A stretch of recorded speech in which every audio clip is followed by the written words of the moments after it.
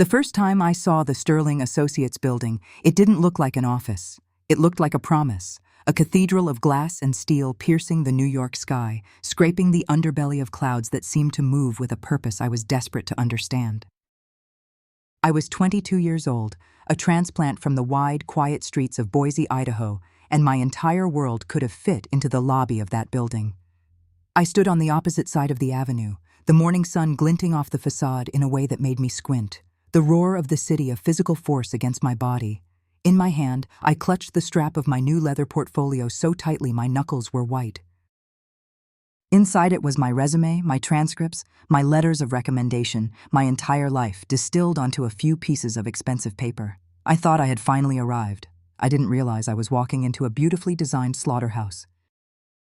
Memory is a cruel artist. It paints the past with a nostalgic glow, making the brightest moments almost painful to look back on.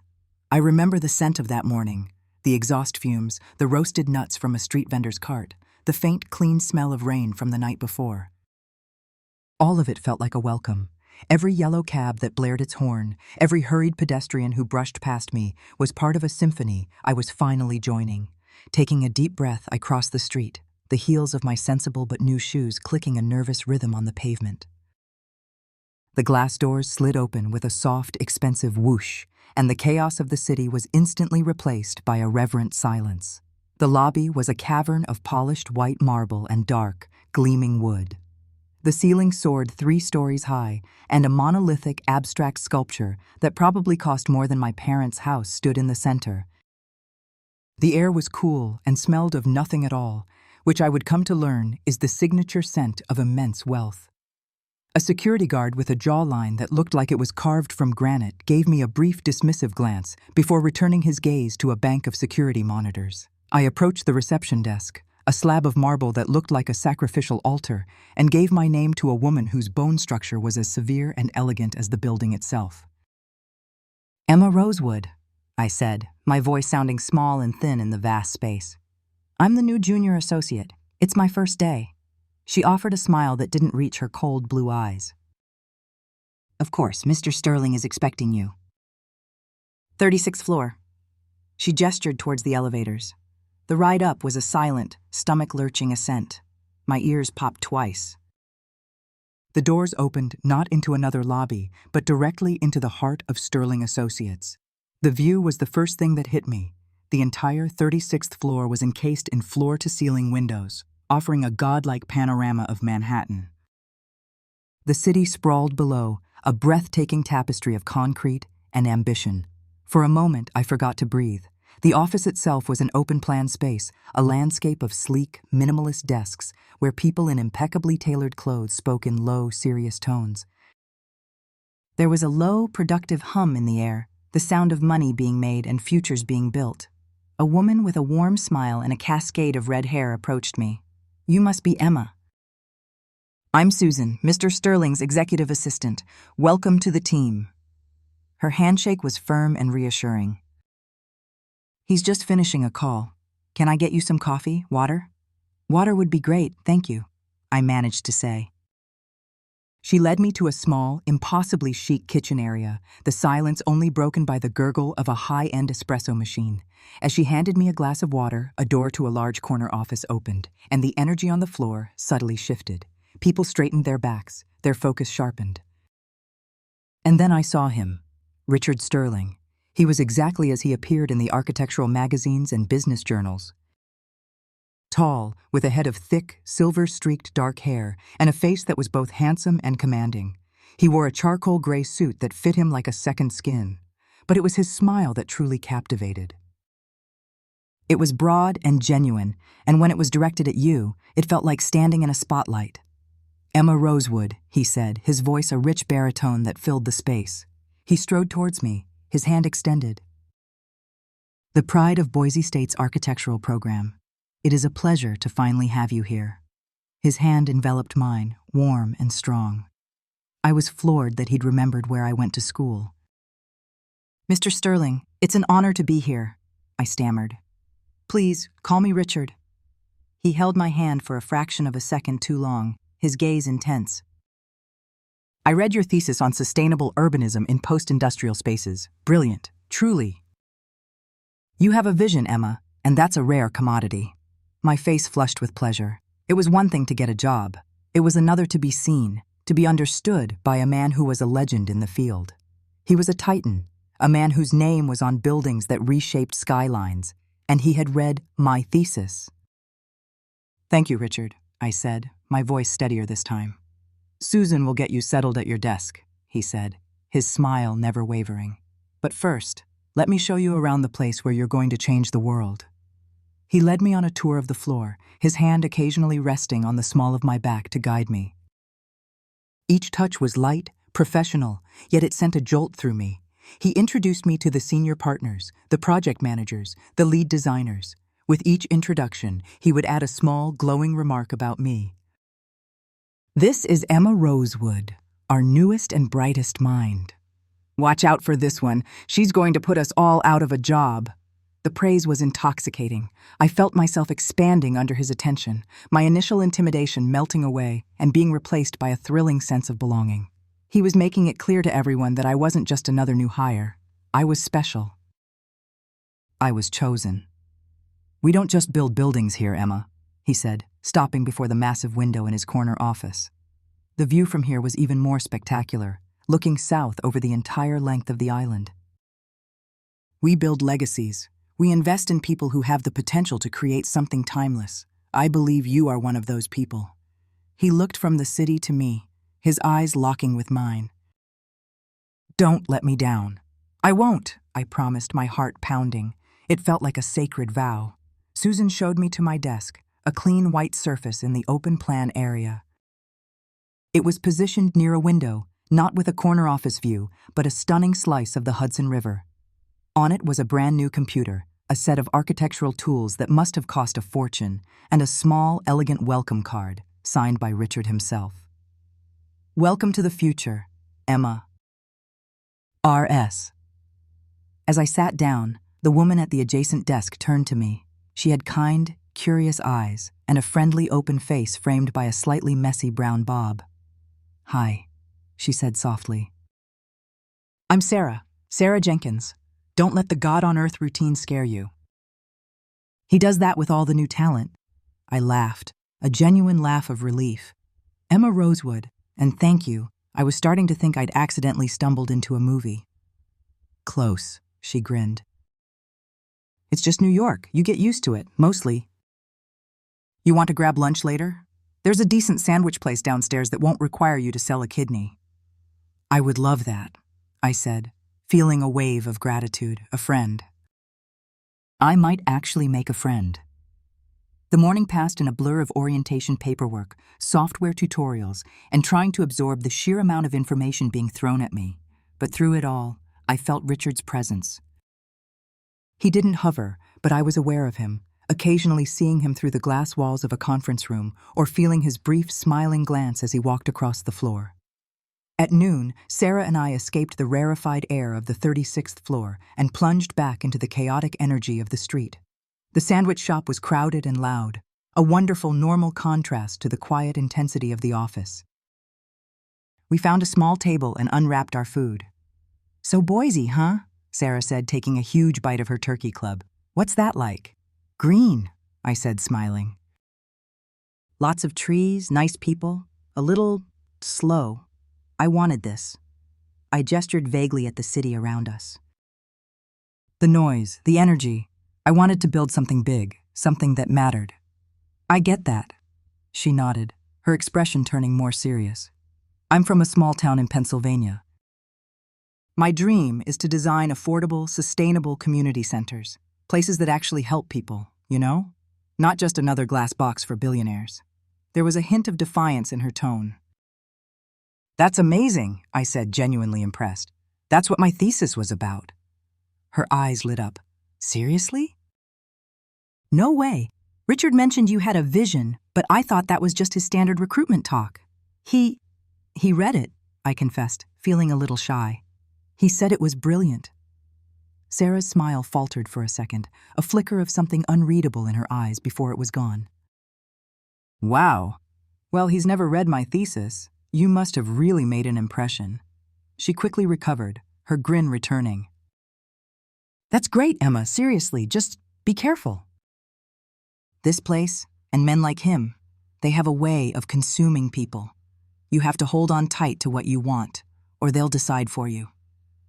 At the time, I registered her words as friendly, cynical advice, the kind of warning a slightly more seasoned New Yorker gives a wide-eyed newcomer. I didn't recognize it for what it was, the first quiet toll of a bell I couldn't yet hear. We spent the rest of lunch talking about our tiny, expensive apartments, our student loan debt, and our shared hope that this job would be the beginning of everything we'd ever wanted.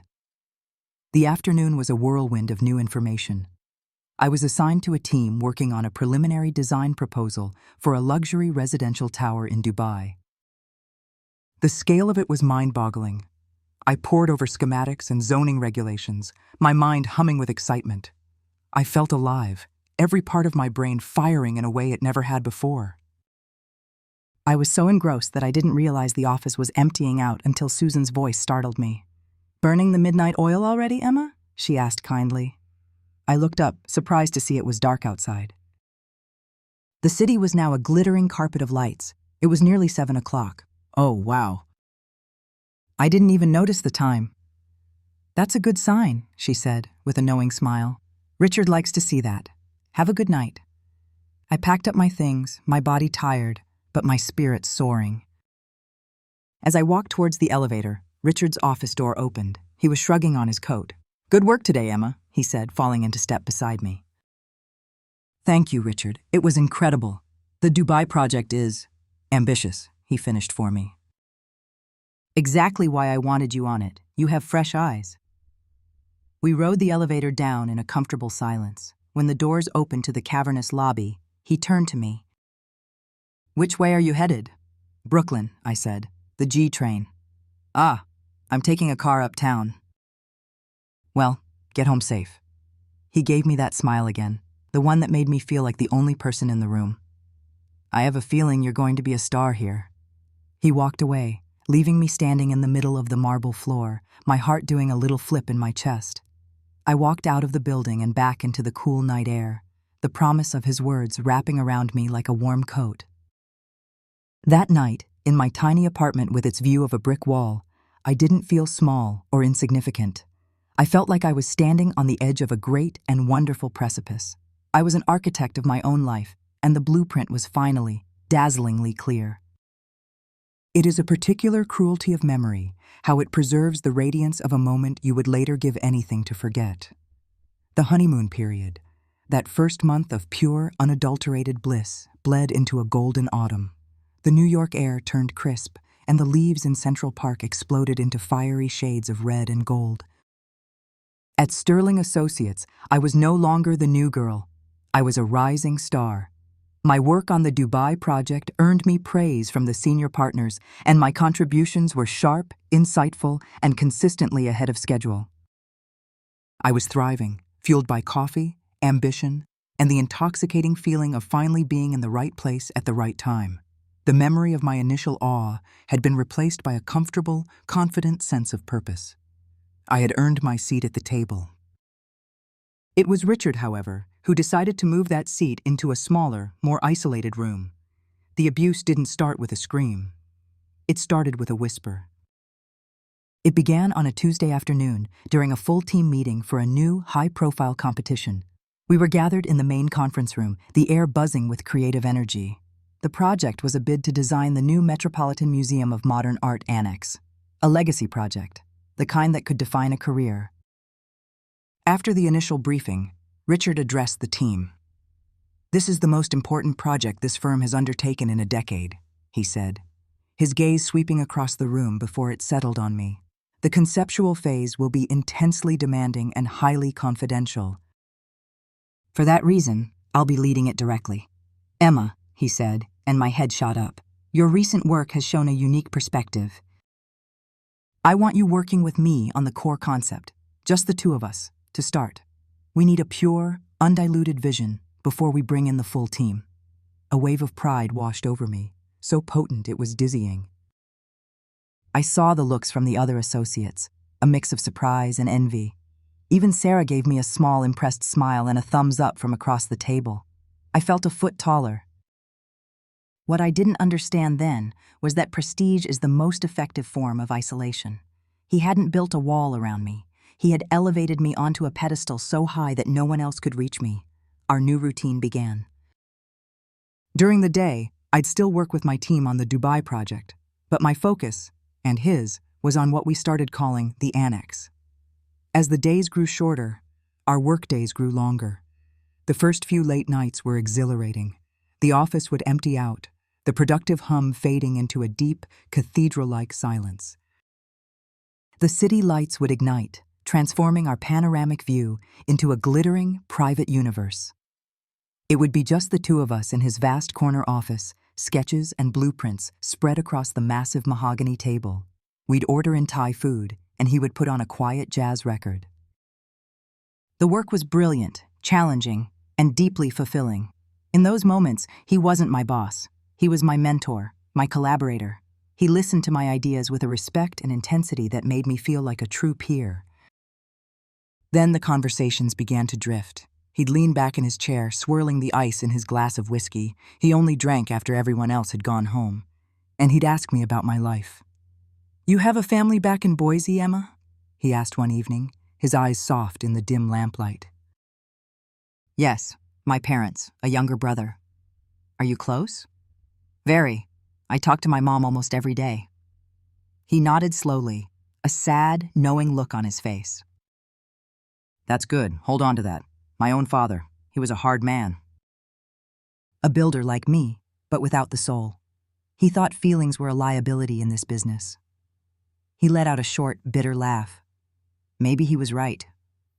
He was giving me pieces of himself, small, curated fragments of vulnerability that were designed to elicit sympathy. He was building a bridge, not between a boss and his employee, but between two lonely, ambitious souls against the world. I found myself telling him things I hadn't even told Sarah, about my fears of failing, my secret hope to one day have my name on a building people would talk about for 100 years. He absorbed it all, his gaze unwavering, making me feel profoundly understood. The chains weren't forged of iron.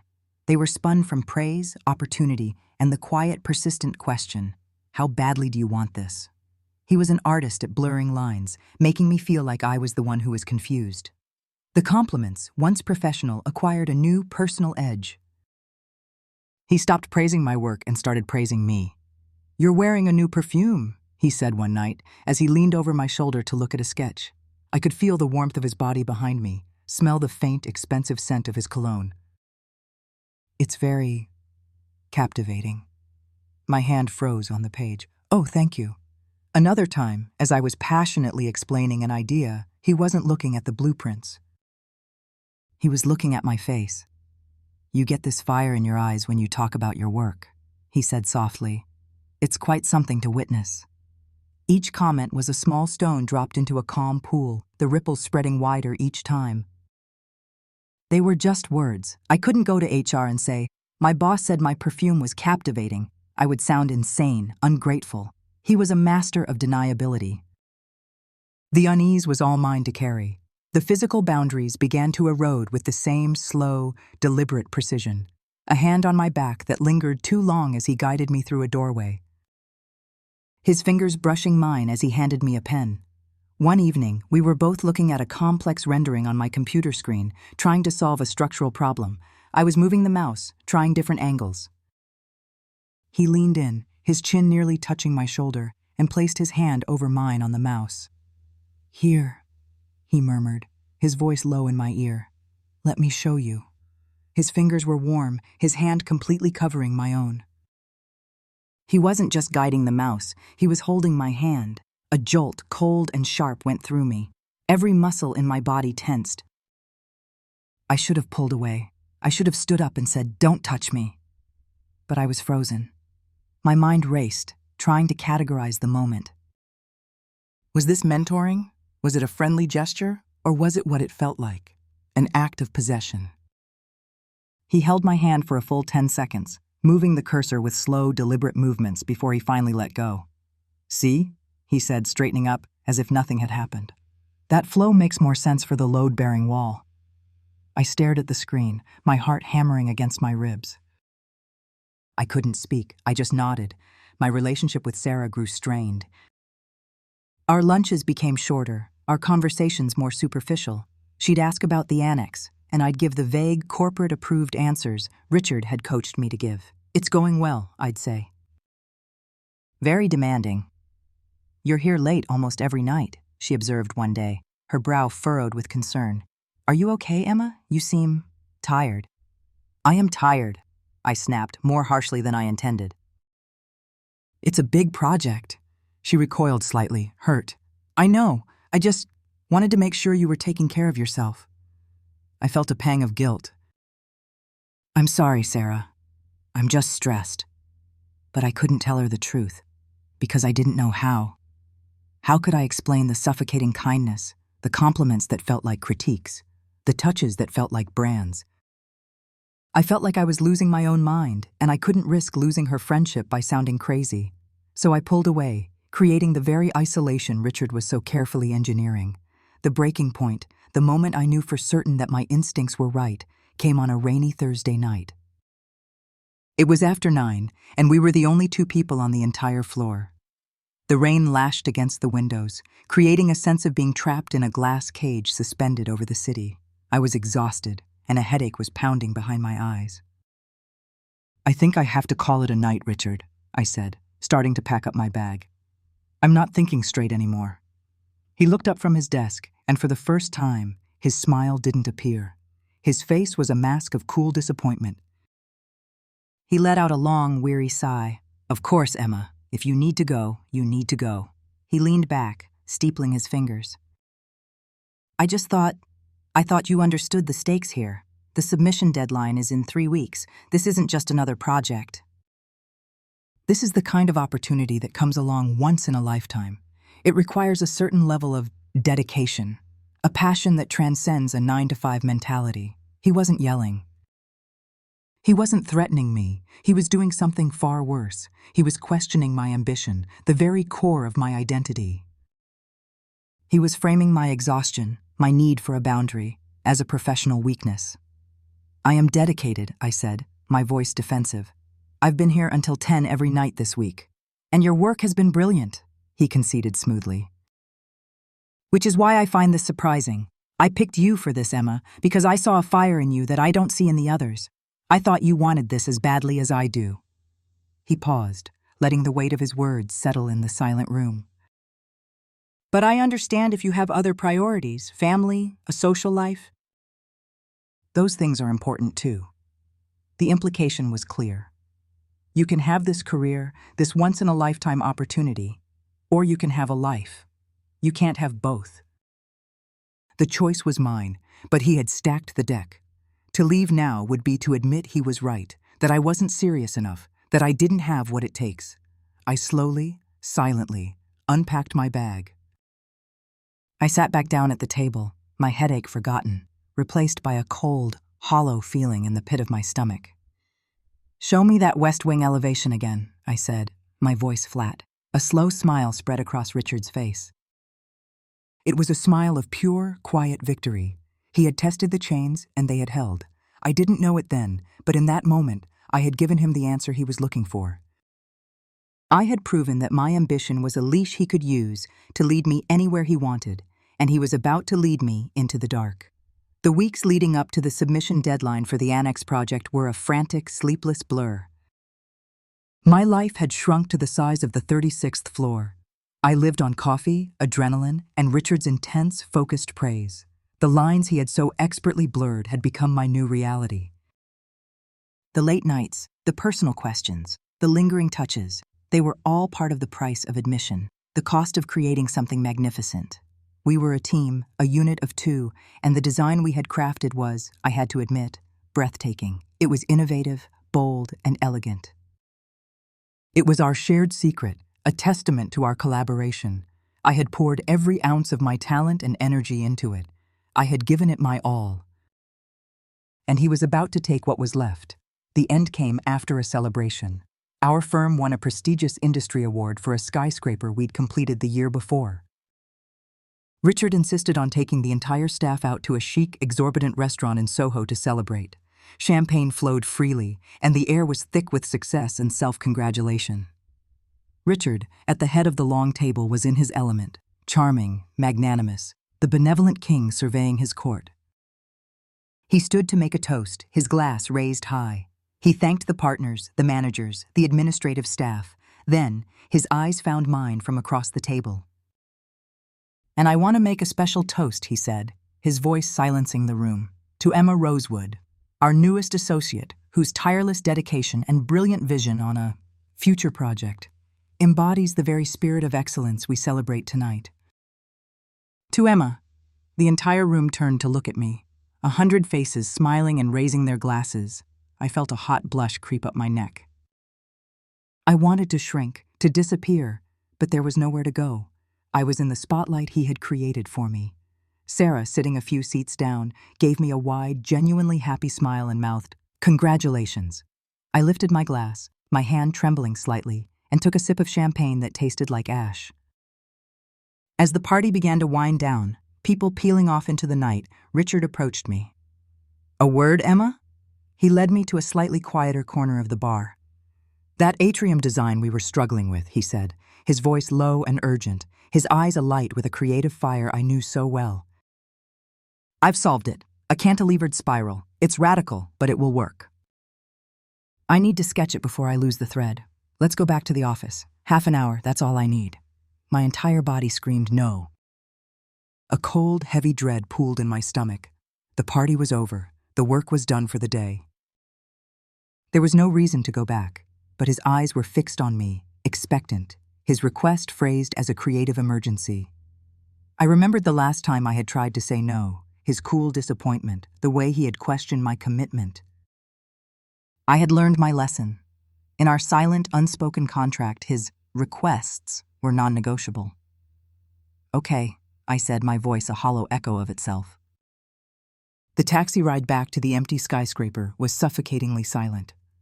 The driver had the radio on low, a faceless pop song about love and heartbreak. Richard stared out the window, humming softly to himself, a man completely at ease. I sat rigid, my hands clenched into fists in my lap, watching the familiar streets slide by like scenes from someone else's life. The building, which had once seemed like a beacon of hope, now loomed before us like a tombstone. The security guard in the lobby recognized Richard and buzzed us through without a word. The ride up in the elevator was the same silent ascent as my first day, but this time it felt like a descent into hell. The 36th floor was dark, save for the emergency lights and the infinite, glittering diamondscape of the city outside the windows. The silence was absolute, a living thing. He didn't turn on the main lights. He walked directly to his corner office, and I followed, my footsteps seeming to echo in the vast, dark space. I expected him to go to the large drafting table where we usually worked. Instead, he walked to his desk and turned on a single, low-wattage lamp. Then he walked back to the door of his office and closed it. The soft click of the lock turning was the loudest sound I had ever heard. It was the sound of a key turning in a cage. The first time he cornered me in his office, the city lights outside the floor-to-ceiling window looked like a million unblinking eyes, watching and doing nothing. That night, he broke more than just my body. He broke the girl who believed in promises. He moved towards me, his charismatic smile gone, replaced by something I had never seen before, a look of flat, predatory ownership. There was no pretense of work, no talk of the atrium. "Richard," I started, my voice barely a whisper, taking an involuntary step back. "What are you doing?" "I'm collecting a bonus," he said, his voice casual, as if discussing the weather. "You've done good work, Emma. You've earned a reward, and so have I." He backed me against the cold glass of the window. The city spread out behind me, a dizzying, indifferent spectacle. I remember the feeling of the glass against my back, the faint vibration of the building in the wind.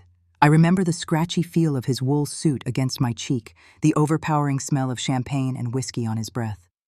And then, my mind did a strange and merciful thing. It detached. I was floating near the ceiling, watching the scene unfold below as if it were a poorly directed movie. I saw a girl who looked like me, her body rigid with terror. I saw a man, powerful and assured, taking what he believed he was owed. I felt nothing. The sounds were muffled, the movements were slow. My mind had retreated to the only safe place it had left, a silent, empty room far away from the body he was using. I focused on the lights outside, a string of headlights moving across the Brooklyn Bridge. The steady red blink of a tower in the distance, one light for every soul in the city who was sleeping or laughing or falling in love. A million unblinking eyes, and not one of them could see me. Shame is a powerful anesthetic. It numbs you enough to keep you moving, even as you're bleeding out. When it was over, he simply stepped back. He straightened his tie and smoothed the front of his suit. He didn't look at me. He looked at his reflection in the dark window, admiring the cut of his jacket. "I'll see you in the morning," he said, his voice crisp and businesslike. "We have a lot to do before the presentation." He walked to the door, unlocked it, and left, leaving me alone in the dark office, my reflection a ghostly silhouette against the glittering skyline. I don't know how long I stood there. 5 minutes, an hour. Time had lost its meaning. Eventually, my legs started working again. I walked on autopilot out of his office, through the dark, silent bullpen, into the elevator, and down to the empty lobby. I walked out into the night, a ghost moving through a living city. The subway was mostly empty at that hour, the screech of the wheels against the track a physical pain in my skull. When I got back to my apartment, I went into the bathroom and turned on the light. The person in the mirror was a stranger. Her face was pale, her eyes were wide and hollow, her mouth a thin, bloodless line. The bright, ambitious girl from Boise was gone. In her place was this thing. This collection of bones and skin that had been used and discarded. I leaned over the sink and was violently sick. I had wanted to build something timeless, a legacy of glass and steel.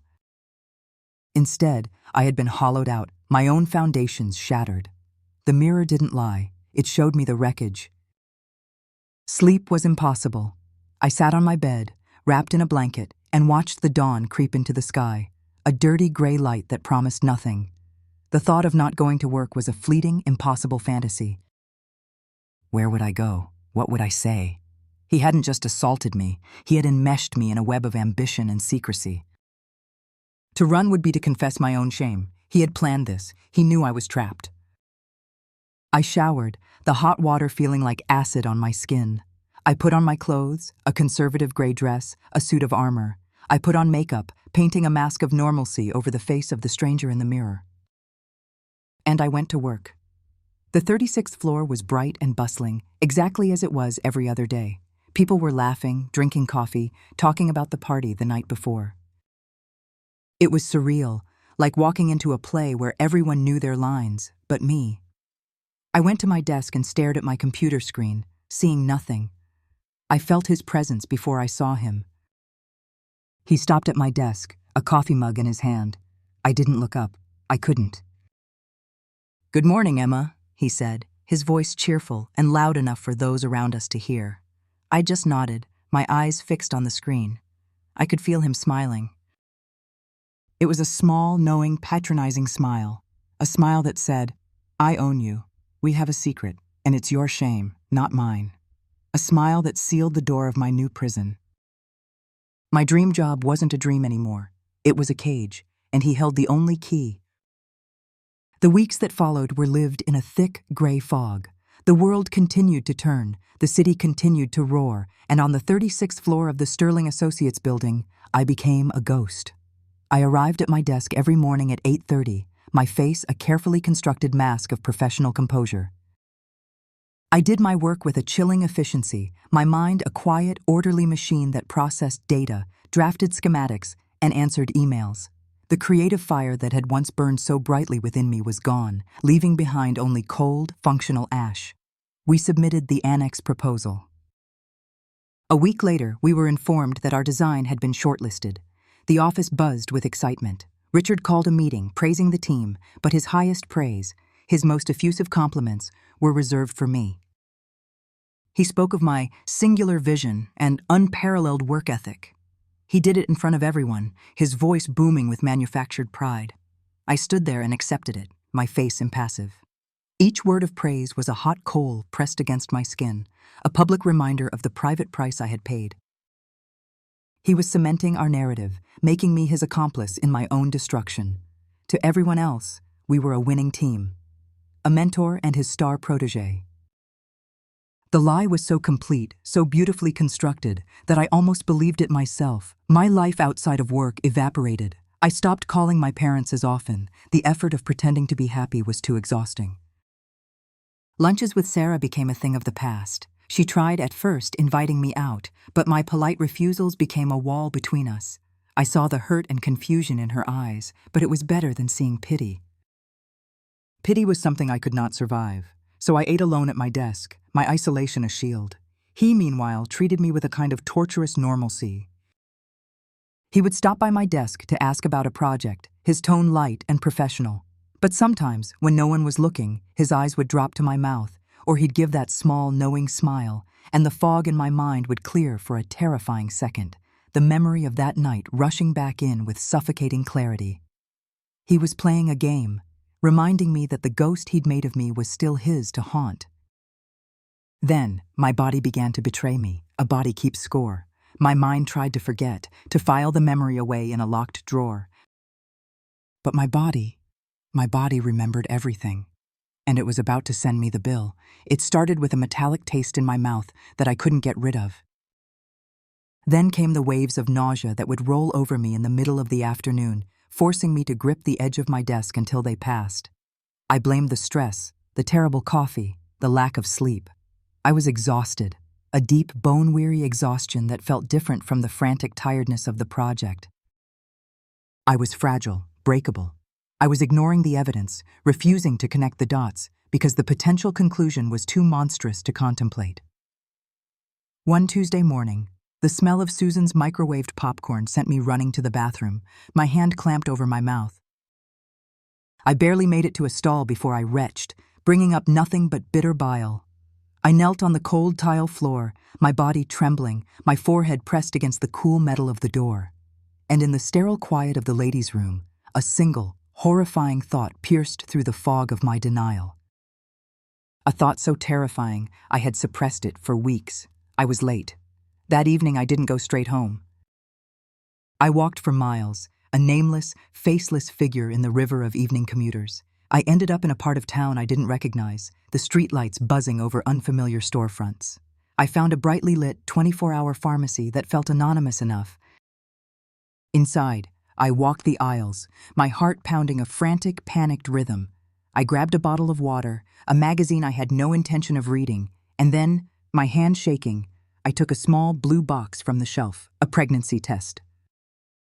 I carried it to the counter as if it were a live grenade, keeping it hidden beneath the magazine. I paid in cash, avoiding the cashier's gaze, and fled back into the anonymity of the night. Back in my apartment, the little blue box sat on my bathroom counter, an object of immense and terrible power. I drank the bottle of water, my hands trembling so violently I could barely unscrew the cap. I read the instructions 3 times, my mind refusing to process the simple words. It all felt so clinical, so mundane for something that had the power to detonate my entire life. And then there was nothing left to do but wait. The 3 minutes felt like an eternity. I sat on the edge of the bathtub, not daring to look.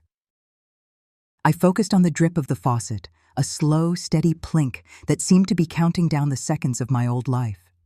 The hum of the building's ventilation system filled the silence. I was holding my breath. Finally, I forced myself to look. There are moments that cleave your life in two, before and after. The appearance of those 2 faint pink lines was my after.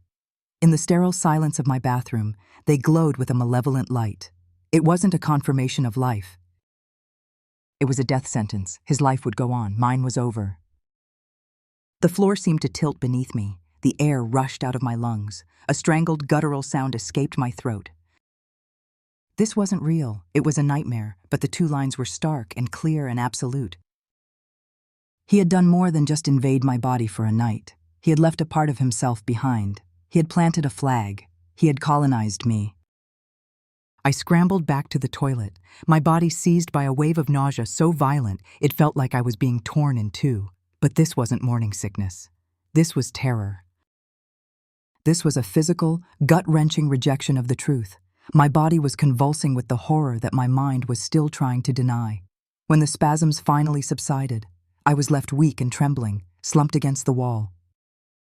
And the thoughts came, a tidal wave of panic, a baby, his baby. A living, breathing consequence that could not be hidden or ignored or explained away. A permanent link to the man who had destroyed me. It would have his eyes, or his smile. The thought was so repulsive it made me gag again. My mind raced through impossible scenarios. I could run. Go back to Boise, tell my parents. What? That I'd had a fling? That I'd been irresponsible? The lie was too big. The shame was a physical weight pressing down on my chest, making it hard to breathe. I could have an abortion.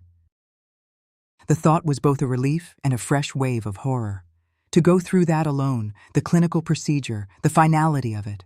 It felt like letting him win, like cleaning up his mess, like erasing the evidence of his crime and leaving me to carry the secret trauma of it forever.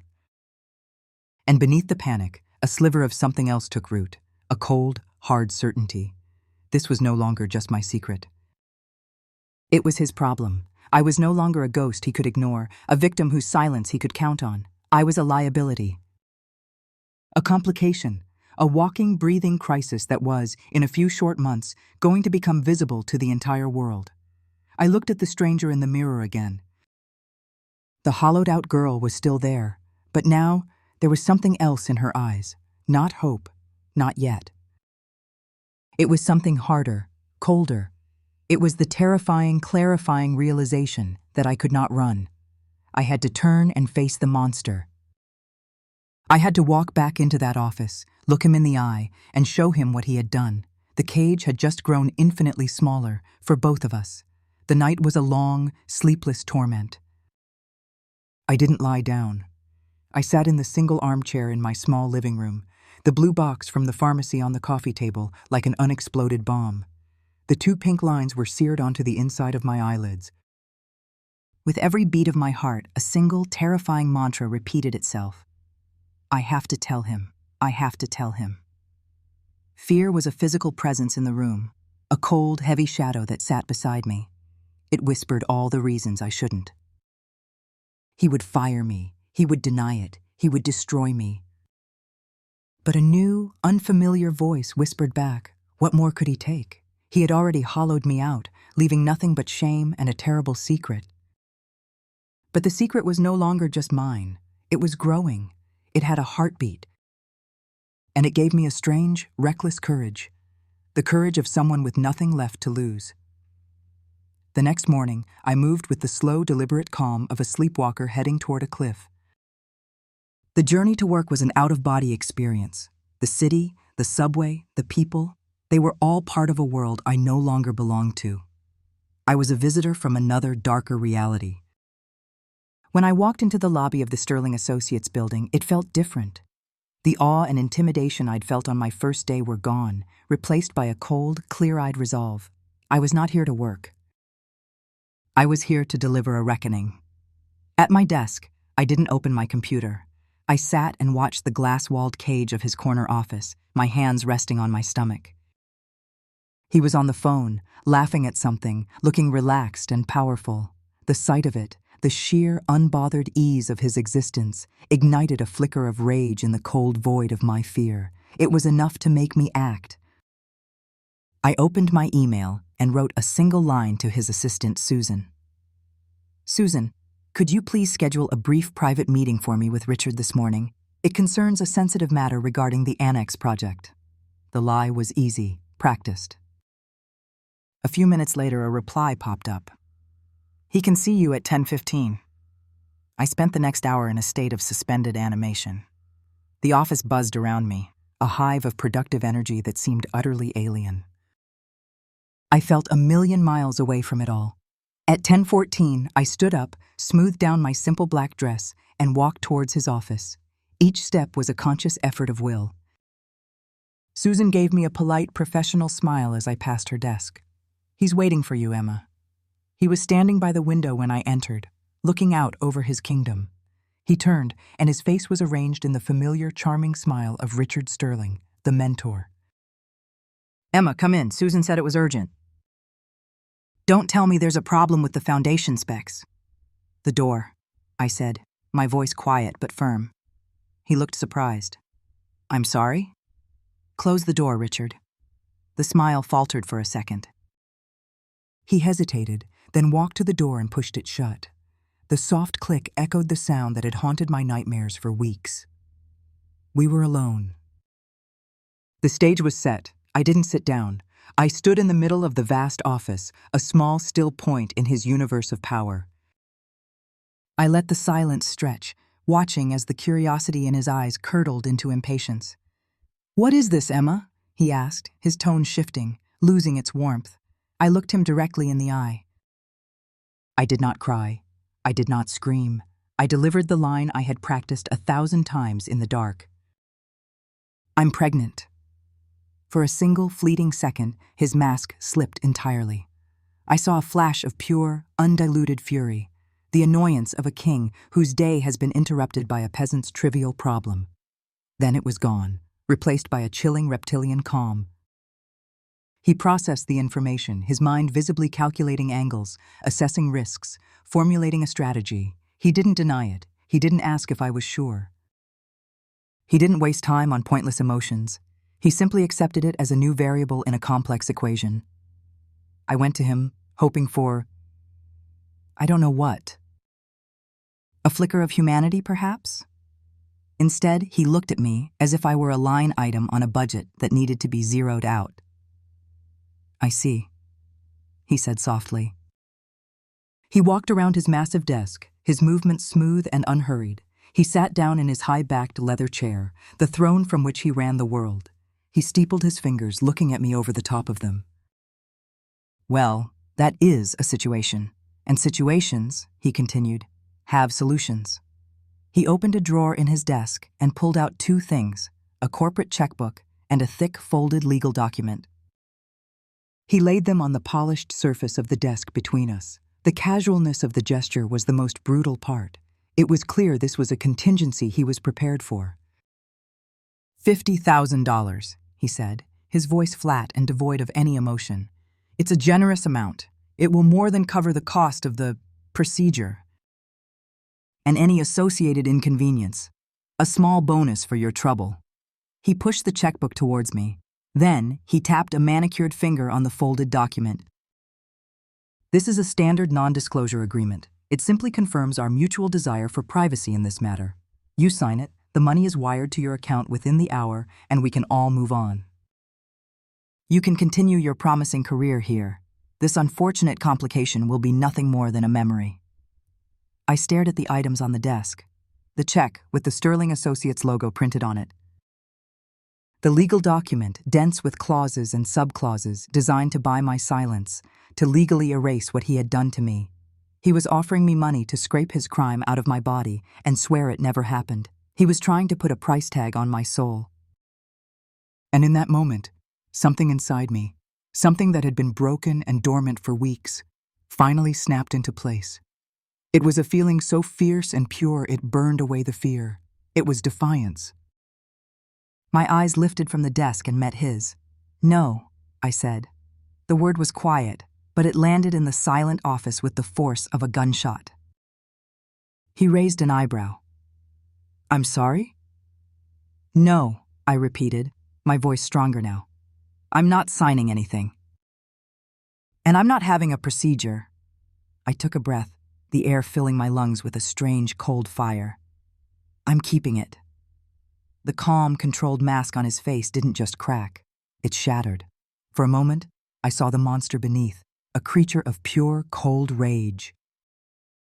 His jaw tightened, and a muscle pulsed in his temple. He had offered a solution, and I had refused to be solved. I had chosen to remain a problem. He stood up slowly, leaning forward on his desk, his knuckles white. The charm was gone. The pragmatism was gone. All that was left was the threat. You have no idea what you're doing, he whispered, his voice a low, venomous hiss. You are a foolish, foolish little girl, playing a game you can't possibly win. He started to walk around the desk towards me, his movements slow and predatory. I am offering you an easy way out. A clean slate. If you walk away from that, If you choose to make this difficult, I will ruin you. He stopped just a foot in front of me, forcing me to crane my neck to look up at him. I will erase you, Emma. I will bury you in lawyers and lawsuits. I will paint you as a stalker, a gold digger, a mentally unstable woman trying to extort a respected family man, and everyone will believe me. You will lose your job, your reputation, any chance you ever had of a future in this city. You will be left with nothing. Are you sure you want that? I should have been terrified. A part of me was, but looking up into his furious eyes, I felt a strange sense of liberation. He had shown me his entire hand. His weapon wasn't just power, it was shame. And I was already so full of it, a little more wouldn't make a difference. I didn't answer him. I just held his gaze for a long moment before turning and walking towards the door. My hand was on the doorknob when his voice stopped me, quiet and chilling. You will regret this. It wasn't a prediction. It was a promise. I walked out of his office, through the bullpen filled with my oblivious colleagues, and into the elevator. I didn't look back. I walked out of the building and into the bright, indifferent afternoon sun. I had no money. I had no allies. I had no plan. I had just declared war on a god, and I was armed with nothing but the clothes on my back and a life sentence in my womb. But for the first time in months, I wasn't a ghost. I was a target. And there is a strange kind of life in that. The days following my declaration of war were a masterclass in psychological torment. The Sterling Associates office, once a place of vibrant opportunity, became a cold, silent vacuum. Richard didn't fire me. That would have been too simple, too merciful. Instead, he rendered me invisible. He walked past my desk as if it were an empty piece of furniture. In meetings, my presence went unacknowledged, my ideas unheard. I was a ghost at a feast, my contributions left to rot on the vine. The rest of the staff, sensing the shift in the royal climate, followed his lead. They were polite but distant. The air around my desk was a dead zone. I was quarantined, isolated by a silent, ruthlessly effective decree from the king. Each morning I expected the summons from HR, the final, formal execution. But it never came. He was letting me wither, waiting for me to break, to come crawling back to his office and accept the devil's offer that still lay on the table.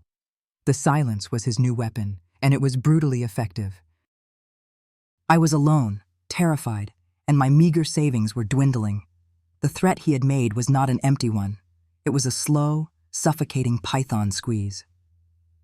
The summons, when it finally came, was not from HR. It was from him. He approached my desk at the end of the day on Friday, his face an unreadable mask of cold civility. He didn't even look at me. He addressed the air just above my head. "My wife and I need to speak with you," he said, his voice low and flat. "A car will be waiting for you downstairs at 7. It wasn't a question. It was a command. He turned and walked away before I could respond. His wife. The words sent a jolt of pure ice through my veins. I had been so focused on him, the monster I knew, that I had barely considered the other half of the equation. At 7 o'clock, I walked out of the building and found a sleek black town car idling at the curb. A driver in a crisp black suit held the door open for me. The interior was silent and smelled of rich leather. As the car pulled away from the curb, leaving my world of office buildings and subway stations behind, I felt like I was being ferried across the River Styx. We drove uptown, the city transforming around me. The gritty, vibrant energy of Midtown gave way to the stately, opulent calm of the Upper East Side. The buildings were grander here, fronted by doormen in full regalia. This was not just a different neighborhood, it was a different planet, one that operated under its own laws of gravity. The car stopped in front of a limestone pre-war building that looked more like a European embassy than an apartment block. The doorman nodded at the driver and opened my door, the Sterling penthouse. "The private elevator is to your right, madam." Madam.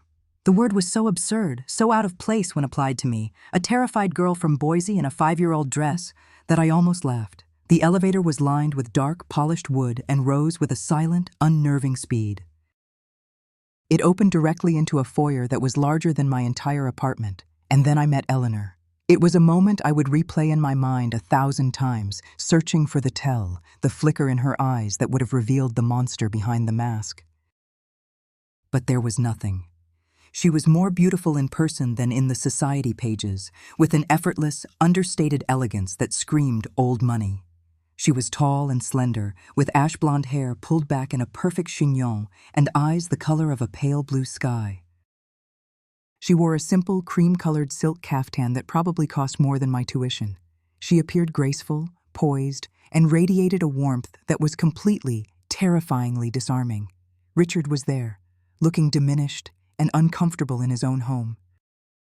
He began to speak, stammering out a heavily edited version of events, painting himself as a foolish man who had made a terrible, regrettable mistake. He sounded pathetic. Eleanor listened patiently, her expression a mask of serene composure. When he was finished, she turned to him, and her voice, though soft, had a spine of steel. "Richard, darling, why don't you go make us some tea? I think Emma and I need to speak alone." He looked like a schoolboy who had just been dismissed.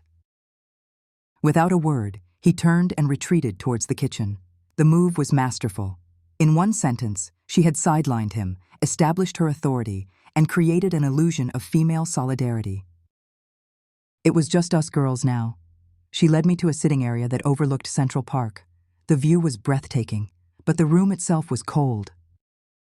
Everything was white, cream, and gray. The furniture was exquisitely beautiful, but looked as if it had never been sat on. The art on the walls was abstract and unsettling. It was the most beautiful, sterile room I had ever been in. She sat on the white sofa, patting the cushion beside her. "Please, Emma." "Sit." I did, perching on the edge of the plush cushion. She moved closer and took both of my hands in hers. Her skin was cool and soft. "My dear," she began, her voice a low, sympathetic murmur. "You must be so frightened. I can't even imagine what you are going through." I didn't know what to say, so I just stared at our joined hands. "Men can be such fools," she said with a sigh, a sad, knowing smile playing on her lips. "They think with the wrong part of their anatomy and leave women, us, to deal with the consequences. I am not angry at you, Emma." "I am angry at him, but my anger doesn't solve anything, does it?" She squeezed my hands gently. "What matters now is the new life at the center of this awful mess." "That is my only priority. Whatever happens between the adults, we have a duty to protect the innocent. Don't you agree?" I nodded dumbly, mesmerized by her performance. She was saying all the right things, validating my pain, shifting the blame, focusing on the child. After weeks of being treated like a ghost or a problem, her sympathy was a balm. "Richard's offer was crude," she continued, a flicker of distaste crossing her face. "It was a man's solution, uncaring, impractical. That is not how we are going to handle this." She let go of one of my hands and used it to gently tilt my chin up, forcing me to meet her gaze. Her pale blue eyes were filled with what looked like sincere compassion. "We are going to take care of you, Emma." "I am going to take care of you." I must have looked as stunned as I felt, because she smiled again. "You can't stay in your apartment. You can't continue to work. You need to be in a safe, comfortable, stress-free environment, for the baby's sake." She stood up and walked to a small, elegant writing desk. "I have a property, a lovely garden apartment on a quiet street not far from here. It will be yours for as long as you need it. I will arrange for all your medical care, the best doctors. I will provide you with a generous monthly stipend so you don't have to worry about a single thing. Your only job will be to stay healthy and calm." It was a lifeline, a fully furnished, all-expenses-paid escape from the terror of my current life. After Richard's cold, transactional threat, Eleanor's offer felt like an act of profound kindness, of grace. My exhausted, terrified mind couldn't see the strings attached. It could only see the sanctuary she was offering. "Why?" I whispered, the word barely audible. "Why would you do this for me?" She returned to the sofa and placed a cool hand on my stomach. The gesture was shockingly intimate. "Because, my dear," she said, her voice dropping to a conspiratorial whisper, This is not about you or me, or my foolish husband anymore. This is about family, and we Sterlings protect our family. I left their marble tower that night feeling dizzy with a strange, conflicted relief. Richard drove me home in the town car, silent and subdued, a man who had been put firmly in his place by his wife. He said nothing, and I was grateful for it. As I walked up the steps to my shabby Brooklyn building, I felt a sliver of hope for the first time in weeks. I thought I had found an ally, a protector. I had walked into the serpent's den, and she had welcomed me with a warm, sympathetic embrace. I was too tired, too desperate, and too naive to feel the fangs. Eleanor Sterling kept her promise. Within 2 days, I was moved from my cramped Brooklyn apartment into a world of quiet luxury I could never have imagined. The garden apartment was on a tree-lined street on the Upper East Side, a place of serene, old-world wealth. It was beautiful, furnished with impeccable taste that was clearly Eleanor's: cool, neutral tones, plush fabrics, and elegant, minimalist furniture. The kitchen was stocked with organic groceries. There was a small private garden in the back, a perfect manicured square of green. Eleanor had given me a credit card for daily expenses and a list of the city's best obstetricians. She sent texts every morning. Thinking of you, my dear. Remember to rest. Found a wonderful prenatal yoga class I think you'd love. It was a perfect, gilded cage. For 1 week, I allowed myself to believe in the fantasy. I slept for 10 hours a night, took long walks, and ate well. I tried not to think about Richard or the office. Eleanor had assured me she would handle my quiet exit from the firm. I was to be placed on an extended medical leave of absence, no questions asked. I was grateful, clinging to her kindness like a drowning woman to a piece of driftwood. I was a fool. I thought she was offering me a sanctuary. I didn't realize she was simply moving me into a more convenient position for the slaughter. The war didn't begin with a declaration. It began with a whisper. The summons came via a clipped formal email from the head of human resources, a woman named Ms. Albright. She requested my presence for a mandatory meeting the following afternoon to finalize the terms of your leave. When I arrived on the 36th floor, I was not shown to a small private office. I was led into the main boardroom. Ms. Albright was there, along with one of the firm's senior partners, a man I barely knew. Richard was conspicuously absent. The air in the room was glacial. This was not a friendly farewell. This was an ambush. "Thank you for coming in, Emma," Ms. Albright began, her voice devoid of any warmth. She slid a folder across the polished table. "We are here to discuss a series of serious and disturbing reports the firm has received." My blood ran cold. Reports? What are you talking about? I thought this was about my medical leave. "The firm has received multiple anonymous complaints regarding your conduct over the past several months," she continued, ignoring my question. She read from a paper in a flat monotone. "Complaints citing a pattern of unprofessional behavior, an inappropriate and persistent fixation on a senior executive, and increasing emotional instability that has created a disruptive work environment." The words hit me like physical blows. They were lies, all of them, twisted, distorted echoes of the situation he had created. "That's not true," I stammered, my voice trembling. "None of that is true. Furthermore," the senior partner interjected, his face a stony mask, "a recent audit of your work on the Dubai project has revealed several critical errors in your structural calculations, errors that, had they not been caught, could have resulted in catastrophic failure and exposed this firm to immense liability." That was the moment I knew for certain that this was a coordinated, malicious attack. My work on that project had been flawless. I had checked and rechecked every calculation. They had sabotaged my work. They weren't just firing me, they were building a case, meticulously crafting a new reality in which I was not a victim, but an incompetent, unstable liability. They were salting the earth of my professional life so that nothing could ever grow there again. "Given these circumstances," Ms. Albright said, delivering the killing blow, "the firm is terminating your employment, effective immediately." I stared at them, speechless. My mind was a maelstrom of shock and betrayal. Eleanor's promises, her kindness, her reassurances, all of it had been a lie. This was her work. This was the solution she had spoken of. Ms. Albright pushed a final document towards me. A severance agreement. It offered a paltry sum, a few weeks' pay, in exchange for my signature on a clause that would forever prohibit me from speaking about my time at the firm or any of its employees. It was another gag order, another attempt to buy my silence. "I'm not signing that," I whispered. "As you wish," she said, her expression unchanged. "A security officer will now escort you to your desk to collect your personal belongings." The walk of shame from the boardroom to my desk was the longest journey of my life. As I passed through the open-plan office, a sudden, intense silence fell. Everyone, every single person I had worked with, laughed with, shared coffee with, suddenly found their computer screens utterly fascinating. No one would meet my eyes. I was no longer a colleague.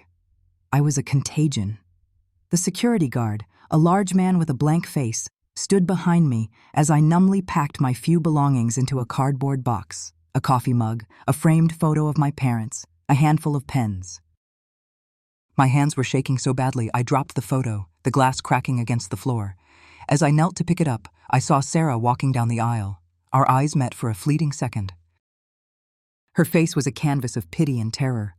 I saw her mouth open, as if to say something, but then she looked past me at the stoic guard, and her mouth snapped shut. She gave a tiny, almost imperceptible shake of her head, a gesture of helpless apology, and hurried away, her face burning with a shame that wasn't hers. That was the cut that went deepest. The corporate betrayal was one thing. It was cold and impersonal. But Sarah's silent retreat was a deeply personal kind of devastation. It was the moment I realized I was truly, completely alone. The security guard carried my box as we walked to the elevators. I didn't look back. The elevator doors slid shut, sealing me off from the life I had worked so hard to build. Down in the lobby, the guard placed the box on the floor, tipped his hat, and walked away. I stood there for a long moment, a publicly shamed, unemployed, pregnant woman with a cracked picture frame in a cardboard box. When I got back to the beautiful, sterile apartment, it no longer felt like a sanctuary. It felt like a cell. The elegant furniture, the fully stocked kitchen, the peaceful garden, they were all props in a cruel, elaborate play. I had been placated, moved into position, and then ruthlessly executed. My hands trembling, I called Eleanor. She answered on the second ring, her voice as warm and smooth as ever. "Emma, my dear, is everything all right?" "They fired me," I choked out, tears finally streaming down my face. "They said I was unstable, that I was obsessed with Richard. They lied about my work. Eleanor, it was horrible." There was a pause, and I heard her sigh, a sound of practiced exasperation. "Oh, my dear, that sounds just awful." Richard must have completely mishandled the situation. Men can be so clumsy with these things. Her voice was a soothing balm, but I could hear the lie underneath it now. "Listen to me, Emma. Don't you worry about that office. It's a toxic environment, and you are better off away from it. Your only job right now is to rest and take care of yourself and the baby. We will sort all of this out, I promise." I hung up the phone, the tears stopping as a cold, horrifying clarity washed over me. It wasn't a mistake. It wasn't clumsy, it was calculated, it was the plan. Eleanor's embrace was the serpent's coil, warm and reassuring as it squeezed the life out of me. She had never been my ally. She was just a more elegant, more patient executioner than her husband. I wasn't a person anymore. I was a story they were writing, and in their version, I was the villain. The week after my firing was a silent, suffocating prelude to the main event. I stayed inside the beautiful apartment, which now felt less like a sanctuary and more like a holding cell. I knew something else was coming. The Sterling's brand of cruelty was too meticulous for a simple, private execution. They weren't just content to kill my career. They needed to desecrate the corpse. I spent my days in a numb haze, watching the dust motes dance in the afternoon sun, my hand resting on my stomach, where the first gentle flutters of life were a constant, terrifying reminder of my predicament. The first shell landed on a Tuesday morning. It arrived, as all of Eleanor's poisons did, disguised as a kindness. A text message from her pinged on my phone. My dear, something truly dreadful has been published online. I am so terribly sorry you have to see this. Please try not to let it upset you. The message included a link. My hand trembled as I clicked it. It took me to a notorious gossip blog, one known for its venomous takedowns of celebrities and public figures. The headline was splayed across the top of the page in bold, sensational letters. Architect of Destruction. Inside the twisted obsession of the intern who tried to topple a New York power couple. And below it, a picture of me. It wasn't a professional headshot, it was a candid photo, one I didn't even know had been taken. I was walking down the street, looking tired and disheveled, my brow furrowed with worry.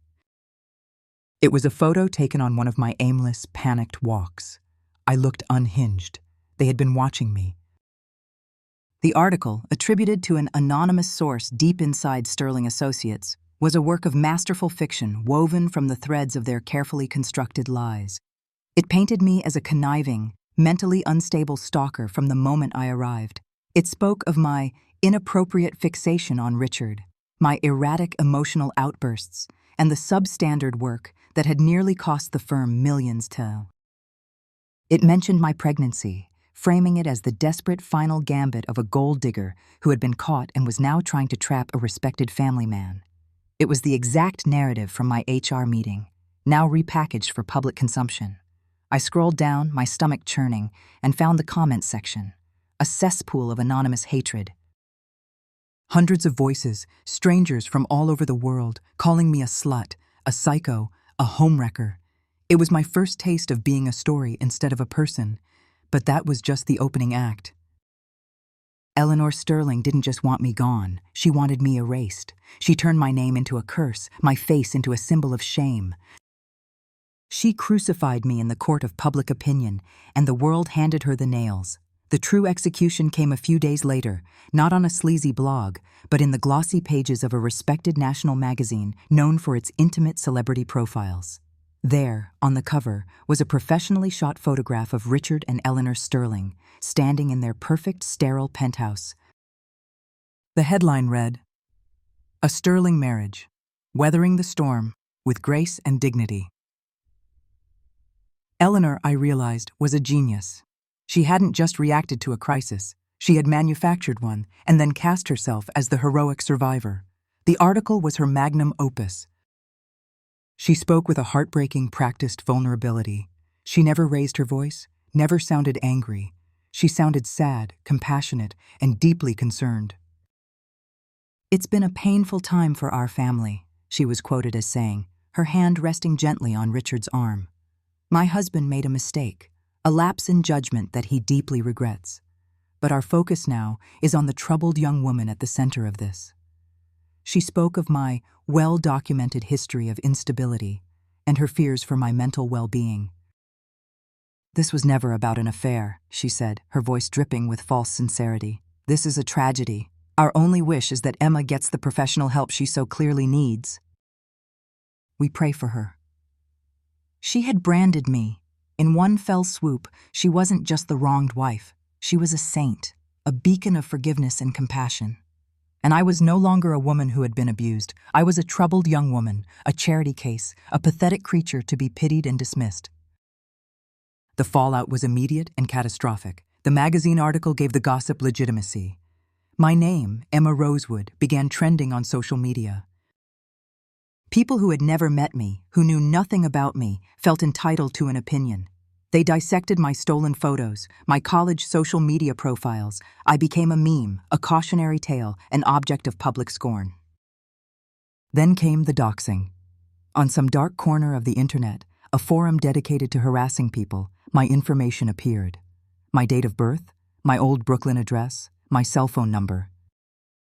And then, most terrifyingly, the name of the quiet, tree-lined street where my gilded cage was located. The anonymous hatred now had a map. The digital mob now knew where I lived. I unplugged my phone, but it was too late. The outside world had become a monster. I was a prisoner in the apartment, terrified to even open the curtains. Every footstep in the hallway, every car that slowed down on the street outside sent a jolt of panic through me. The beautiful apartment was no longer a cage. It was a coffin I was being buried alive in. The final act of the execution was swift and clinical. A formal couriered letter arrived. It was from the management company of the building. It stated that due to multiple complaints of disturbance from other residents, complaints that were pure fiction, my lease was being terminated. I had 30 days to vacate the premises. That afternoon, I tried to use the credit card Eleanor had given me to order groceries online. Card declined. I was cut off. The execution was complete. I had no job, no money, no reputation, and no friends. In a month, I would have no home. I was pregnant, alone, and universally hated. A pariah in a city of millions. I slid down the wall in the silent, perfect apartment and curled into a ball on the floor. I didn't cry. I was beyond tears. I was in a place of cold, absolute despair. I thought about the girl from Boise who had arrived in this city with a heart full of dreams. She was gone. They had killed her. They had taken her name, her face, her story, and twisted them into something ugly and unrecognizable. They had left me with nothing. I had walked into their beautiful, glittering world, and it had consumed me whole. This was rock bottom. The dark, airless place where hope goes to die. The 30 days granted by the eviction notice became my calendar of despair. Each sunrise was not a new beginning, but a mark on the wall of my prison, counting down to my final annihilation. I spent the first week in a state of catatonic dread, moving from the bed to the sofa and back again. The beautiful apartment, with its silent, tasteful furniture, had become a mausoleum for the girl I used to be. The world outside had ceased to exist, replaced by the hateful roar of the internet, a monster I morbidly checked in moments of self-loathing. My name, my face, my story, they didn't belong to me anymore. They were public property, twisted and defiled by the hands of strangers. I stopped eating. The nausea that had plagued me for weeks returned, but this time it was born of anxiety and hunger. My body felt weak, fragile, but inside me, a new life was stubbornly, insistently growing. I could feel it now, a definite, fluttering movement, a tiny, innocent prisoner sharing my cell. The realization that my despair was starving us both was the only thing that forced me to my feet, to choke down a piece of dry toast or a glass of milk. I was responsible for this other life, even if its creation was an act of violence. By the second week, the panic had sharpened into a desperate, frantic energy. I spent hours online, not on social media, but on job boards, looking for work, any work, but my name was now toxic. My professional reputation had been so thoroughly and publicly assassinated that I was untouchable. I looked into shelters for pregnant women, my fingers trembling as I scrolled through descriptions of crowded dormitories and strict curfews. This was my future, an anonymous, shamed creature giving birth in a charity ward before being swallowed by the city's vast, unforgiving underbelly.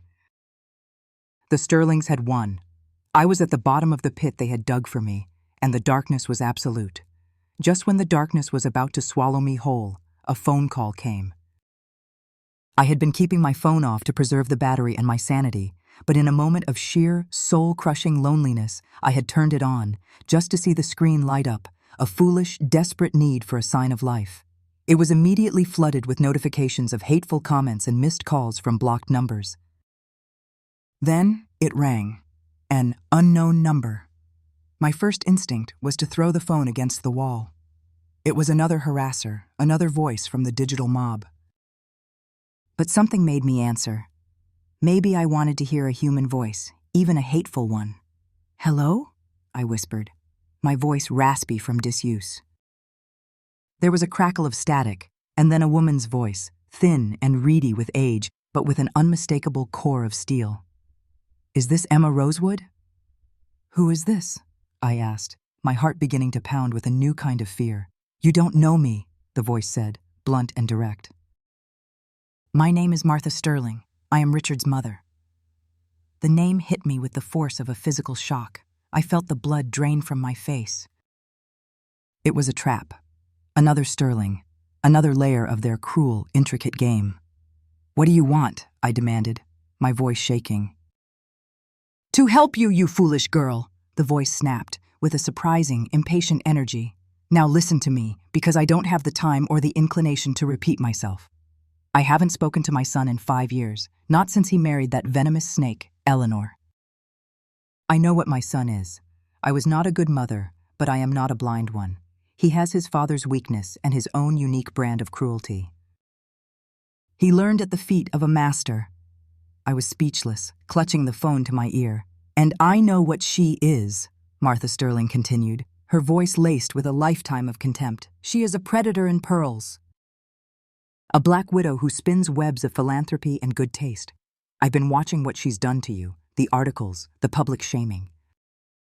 It has her perfectly manicured fingerprints all over it. This is her work, not his." She knew. The thought was a staggering relief. Someone else knew the truth. Someone else saw the strings. "You are in danger," Martha said, her tone leaving no room for argument. "You need to get out of that apartment before they decide to silence you more permanently. A car will be at the corner of your street in exactly 1 hour. It is a gray sedan. Get in it. It will bring you to me. Go with you." "Why? Where?" I stammered, my mind reeling. "To my home." "Upstate. A place where her society reporters and private investigators can't find you," she said. Then her voice dropped, becoming even more intense. "And I have a name for you. David Chen. He is a lawyer. He is smart, he is ruthless, and more importantly, he despises men like my son and women like Eleanor. He owes me a favor from a long time ago. He will help you. A lawyer. A sanctuary." It was too much to process. A part of me, the part that had been conditioned by weeks of betrayal, screamed that it was a trick. This was his mother. Why would she help me? As if she could hear my thoughts, Martha's voice softened, just a fraction, but the steel was still there. "Eleanor thinks she owns New York City. She owns the media, the politicians, the narrative. But Eleanor may own the city, but she does not own the truth. It's time to burn their kingdom down." The words, so full of righteous fury, ignited a spark in the cold, dead ashes of my soul. Burn their kingdom down. It was a language I could understand. It was the first glimmer of light I had seen in a very long time. "Okay," I whispered. "Okay." The next hour was a frantic blur. I threw what little I owned into a single suitcase. I looked around the beautiful, sterile apartment one last time, a place that had been both a refuge and a prison, and walked out without looking back. On the street, I huddled in a doorway, scanning every car. Exactly on the hour, a nondescript gray sedan pulled up to the corner. The back door opened. I took a deep breath and ran for it, diving into the back seat like a fugitive. The driver, a stoic man who didn't say a word, pulled smoothly into traffic. We left the city behind, the skyscrapers shrinking in the rearview mirror. We drove for hours, deeper and deeper into the rolling hills and dense forests of upstate New York. It was like traveling to another country. Finally, we turned down a long, unpaved driveway, coming to a stop in front of an old, rambling house covered in ivy. It was not a mansion. It was a comfortable, slightly wild home that looked like it had grown out of the earth. An elderly woman stood on the porch, leaning heavily on a cane. She was tiny and frail, but her eyes, even from a distance, were sharp and piercingly intelligent. Martha Sterling. She watched me as I got out of the car, her expression unreadable. She didn't offer a hug or a warm smile. Her greeting was as practical and direct as her phone call. "You look half-starved," she grumbled. "There's soup on the stove. And a room made up for you upstairs." Inside, the house was filled with books and mismatched furniture, and the smell of wood smoke and old paper. It was the complete opposite of Eleanor's sterile penthouse. It was a home that had been lived in. After I had eaten a bowl of the best soup I'd ever tasted, Martha handed me a slip of paper with a name and a phone number written on it in a shaky but determined hand. David Chen. "Call him in the morning," she said, her sharp eyes boring into mine. "Tell him Martha Sterling sent you, and that it's time to collect on an old debt. Now get some rest. The real work starts tomorrow." That night, for the first time in months, I slept without nightmares. I was safe. I had an ally, and I had a weapon. Hope, I was learning, doesn't always arrive as a beacon. Sometimes, it arrives as a crackle on a phone line, a bowl of soup, and a name on a scrap of paper. The first phone call to David Chen was one of the hardest things I'd ever had to do. My hand shook as I dialed the number Martha had given me. A crisp, professional voice answered. Law offices of David Chen. I asked for him, my voice small, and when he came on the line, his voice was sharp, impatient, and utterly devoid of warmth. Chen speaking. Mr. Chen, I began. My name is Emma Rosewood. Martha Sterling gave me your number. There was a beat of silence on the other end of the line. Martha, he said, the name sounding strange in his sharp, modern voice. I see. Where are you now? I told him I was with her. Stay there, he commanded. Don't talk to anyone. Don't answer any numbers you don't recognize. I'll be there tomorrow at 10, and then he hung up. He arrived at precisely 10 o'clock the next morning, driving a practical, slightly dusty sedan that looked out of place in the long, wooded driveway. David Chen was not what I expected. He was younger, a wiry, energetic man with intelligent, restless eyes that seemed to take in everything at once. He wore a rumpled suit and carried a worn leather briefcase. He wasn't charming like Richard or elegant like Eleanor. He was a creature of pure, focused intensity. He greeted Martha with a respectful nod. Martha, it's been a long time. Not long enough, David, she grumbled. This is the girl. Fix it. David Chen didn't offer me sympathy. He didn't tell me everything would be okay. He led me into Martha's sitting room, pulled a legal pad from his briefcase and said, Tell me everything. Start from your first day. Don't leave anything out, no matter how small or insignificant it seems. For the next 3 hours, I talked. I unspooled the entire ugly story, the subtle manipulations, the late nights, the assault, the pregnancy, the fake kindness of Eleanor, the public execution. It was painful and humiliating, but he listened with an unnerving stillness, his expression unreadable. He didn't interrupt, except to ask for a specific date or to clarify a timeline. He was not a therapist, absorbing my pain. He was a surgeon, dissecting my trauma to find the disease. When I finished, my voice raw, he was silent for a long moment, tapping his pen against his legal pad. Okay, he said finally, as if I had just described a routine traffic accident. They've built a strong narrative. The unstable, gold-digging stalker. A direct assault case, a he said, she said against a man with Richard Sterling's resources, is a losing battle. They'll use their money to bury us in court, and their PR machine to crucify you all over again. We don't fight them on their terms. We fight them on ours. What are our terms? I asked, my voice barely a whisper. Discovery, he said, a flicker of something predatory in his eyes. We file a civil suit. Wrongful termination, hostile work environment, intentional infliction of emotional distress. It's a wide net. The suit itself is just a tool. The goal is to get access to their lives, to their secrets. Men like Richard and women like Eleanor, they build fortresses of privacy. We're going to get a court order and walk right through the front door. David Chen wasn't interested in the drama. He wasn't interested in my tears or my pain, and for that, I was profoundly grateful. He was interested in the math. He said that men like Richard and women like Eleanor always leave a paper trail, not of their crimes, but of their obsessions. And our job was to follow it. The next few weeks transformed Martha's quiet, rambling house into a war room. David filed the suit, and as expected, the Sterling's army of high-priced lawyers responded with dismissive arrogance, filing a motion to have the frivolous and vexatious claim thrown out. The judge, however, allowed it to proceed. The discovery process began. It started as a trickle, then became a flood. Boxes upon boxes of documents began arriving at Martha's house. Financial statements, corporate records, phone logs. For the first time since my world had collapsed, I had a purpose. I spent my days at the dining room table with David, sifting through the detritus of the Sterlings' lives. It was tedious, painstaking work. We cross-referenced credit card statements with calendars, searching for anomalies. For the first time, I wasn't just a victim reacting to trauma. I was an active participant in the fight.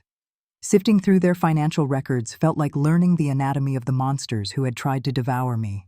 The first significant discovery came from Eleanor's personal accounts.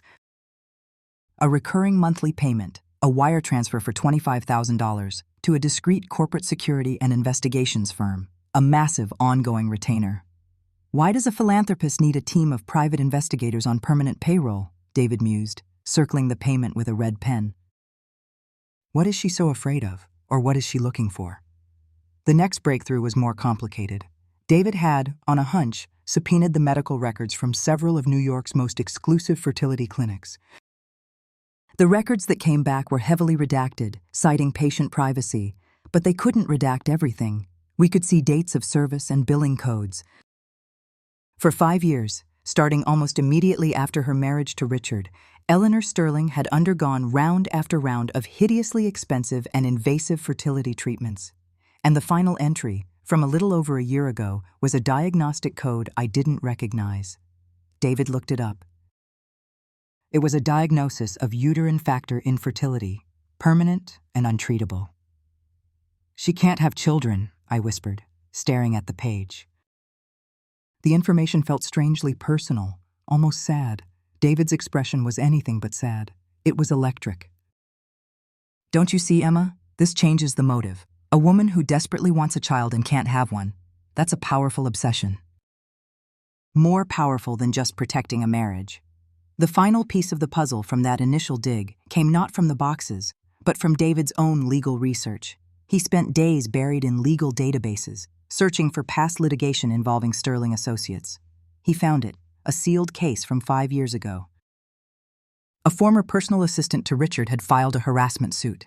The case never went to court. It was settled for an undisclosed but rumored to be enormous sum, and the woman had vanished, her record sealed by a powerful judge. 5 years ago, David said, pacing in front of the large corkboard we had set up, now covered in documents and scribbled notes. Right after Richard and Eleanor got married, right when her fertility treatments began. He stood before the board, which was a chaotic map of their lives. He drew a red line connecting the settled lawsuit to the start of the fertility treatments. He drew another line from the diagnosis of infertility to the massive, ongoing payments to the private investigators. Then he drew a final line, connecting all of it to a single name at the center of the board, Emma Rosewood. This was never about an affair, he said, his voice low with dawning realization. An affair is messy, emotional. This is a business plan, a long-term, high-cost, meticulously planned operation. Look at the timeline. They settle with the old assistant. Eleanor finds out she can't conceive. She hires a PI firm, and then, a few years later, you, a brilliant, ambitious young woman with no family in the city, are hired. He turned to look at me, his eyes blazing with a terrifying new understanding. He didn't just abuse you, Emma. They used you. Your pregnancy wasn't an unfortunate complication of his crime. He pointed to the board, his finger jabbing at the tangle of red lines. It was the entire goddamn point. The theory hung in the air of Martha's sitting room, thick and poisonous. That my pregnancy wasn't an accident, but the objective. It was a thought so monstrous, so fundamentally insane, that my mind recoiled from it. It had to be a mistake, a paranoid conclusion drawn from a series of terrible coincidences. Richard was a predator. Eleanor was a vengeful, manipulative wife. That was horrible enough. The alternative, that they had conspired together in a plot so twisted, was a depth of evil I couldn't yet comprehend. "We need more, Emma," David said, his voice grim as he stared at the corkboard. "A theory isn't proof. We need the smoking gun." He found it by following the money. The retainer payments to the private investigation firm gave him the legal leverage he needed. He filed a motion to compel the firm to release all records and correspondence related to their work for Eleanor Sterling, arguing it was directly relevant to the pattern of harassment in my lawsuit. The Sterling's lawyers fought it, of course, citing privacy and privilege. But the judge, intrigued by the strange pattern of payments and the timeline David had established, granted the motion. The PI firm, faced with contempt of court charges and the potential loss of their license, complied. A week later, a courier delivered a single thick manila envelope to the house. It wasn't boxes of documents this time. It was just one file. David waited until after Martha had gone to bed. Then he placed the envelope on the dining room table between us. His face was grim. "This is it," he said. "Whatever is in here, it's the heart of it all." My hands trembled as he opened the clasp. He pulled out a sheaf of papers, neatly bound. The cover page was simple, typewritten. Project Air, Candidate Evaluation. Below it was a date from 6 months before I was even hired at Sterling Associates, Project Air. My blood ran cold. David laid the pages out on the table under the warm glow of the lamp. The truth, when it came, was worse than any horror I could have imagined. I wasn't a victim of a random monstrous act. I was the solution to a problem. I wasn't collateral damage. I was the chosen sacrifice. The first page was a photograph of me. It was my graduation photo from the Boise State website. Beneath it were bullet points, a clinical assessment of my viability. Candidate, Emma Rosewood. Age, 21. Genetic profile, excellent. No history of hereditary illness, high intelligence markers, GPA 3.98, summa cum laude. Physical attributes align with client's preferences. Vulnerability assessment, high. Subject is financially leveraged, significant student loan debt. Family is located over 2,000 miles away, providing a limited local support network. Current social circle is minimal. Psychological profile, highly ambitious, driven, eager to please authority figures. Likely to be loyal and discreet if handled correctly. Conclusion. Prime candidate. Recommend proceeding to Phase 2. Acquisition. I stared at the page, my own life summarized like a stock prospectus. They had studied me, vetted me, analyzed my weaknesses and my ambitions. I was a candidate. My body, my intelligence, my loneliness. They were all just assets on a balance sheet. "David," I whispered, my voice breaking. "Keep reading," he said, his own voice tight with a controlled fury I had never heard from him before. He turned the page. What followed were the emails, encrypted, dated, a complete record of the conspiracy. It was the smoking gun. It was a mushroom cloud. David read them aloud, his voice flat and steady, each word a nail being hammered into my coffin. From PI firm to E. Sterling. Subject, Project Air. Candidate, ER. Eleanor, profile of the Boise candidate is attached. She meets all specified criteria: high intelligence, ambitious and thus controllable, genetically favorable markers, and critically, socially isolated in the target city. She is perfect. Recommend proceeding to Phase 2. From E. Sterling to PI firm. Subject, Project Air, Candidate, ER. Excellent work, greenlight Phase 2. Ensure R is fully briefed on the necessary approach to establish rapport and control. Discretion is paramount. The timeline is critical. R. Richard. The necessary approach was his feigned mentorship, his psychological manipulation. Phase 2 was getting me hired, isolating me, breaking me down. From PI firm to E. Sterling. Subject, project update. Phase 2 complete. Subject is embedded and isolated. R confirmed subject is psychologically primed. Ready to proceed to Phase 3, insemination. Insemination, the word hung in the air, so cold, so clinical, so utterly devoid of humanity. That's what he had done to me in his office that night. It wasn't a drunken assault. It wasn't a crime of passion or power. It was Phase 3. It was a task he had been assigned. My hands flew to my mouth, a sob catching in my throat. I saw it all with a blinding, horrifying clarity. My ambition, the late nights working on the annex, Richard's praise, his feigned vulnerability, the assault, Eleanor's sudden, welcoming kindness. It was all a script. A meticulously crafted, brilliantly executed play, and I had been the only one who didn't know my lines. They didn't just want a baby. They wanted a Sterling baby, my DNA, my body, but their name, their bloodline, their heir. The final email was the most chilling of all. It was dated the week after I had been fired, the same week the public smear campaign began. From E. Sterling to PI Firm. Subject, Phase 4. The asset is secured. Now we begin the process of discrediting the vessel. The narrative must be that she is mentally unstable and an unfit mother. This is essential for the final phase, acquisition of the asset. Spare no expense. I want her reputation reduced to dust. The asset, my baby. The vessel, me. A wave of nausea so profound it buckled me over, washed through me. I stumbled from the table and ran for the bathroom, the contents of the file burning in my mind.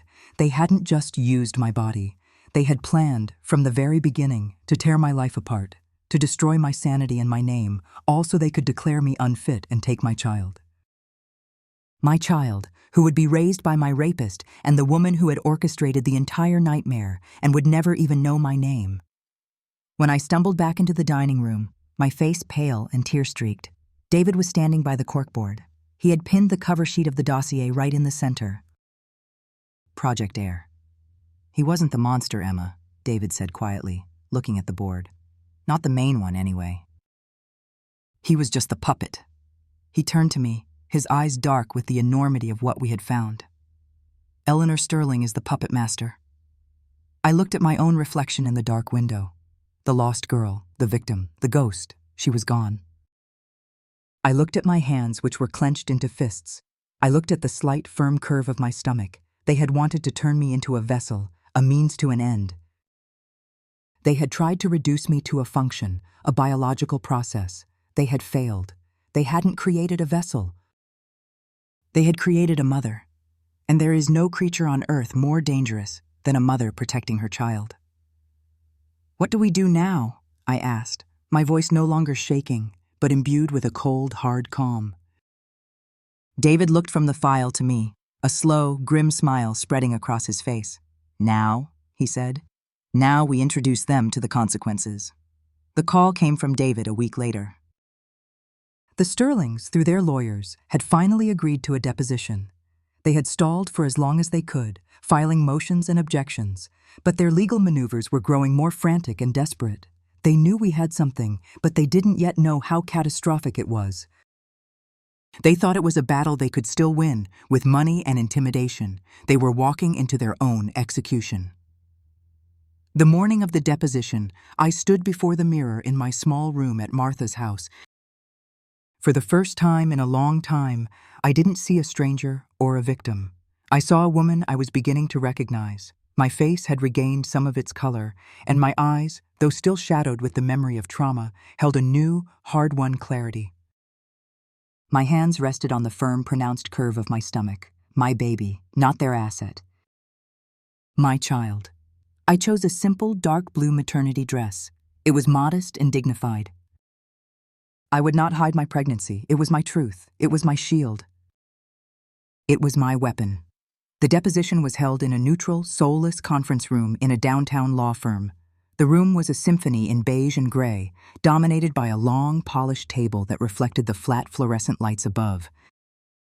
David and I arrived first. He set up his papers with a calm, methodical precision, his presence a silent anchor in the sterile room. Then, they arrived. Richard and Eleanor Sterling swept in, flanked by a team of 3 grim-faced, expensive lawyers. They moved with the easy arrogance of people who believed the world was their private boardroom. Richard shot me a look of pure, undisguised contempt. Eleanor ignored my existence entirely, arranging herself at the table with the regal grace of a queen, granting an audience to a particularly tiresome peasant. She was the picture of wronged, dignified womanhood. We met in that sterile conference room. They walked in like royalty. They walked out like ghosts. I didn't scream. I didn't cry.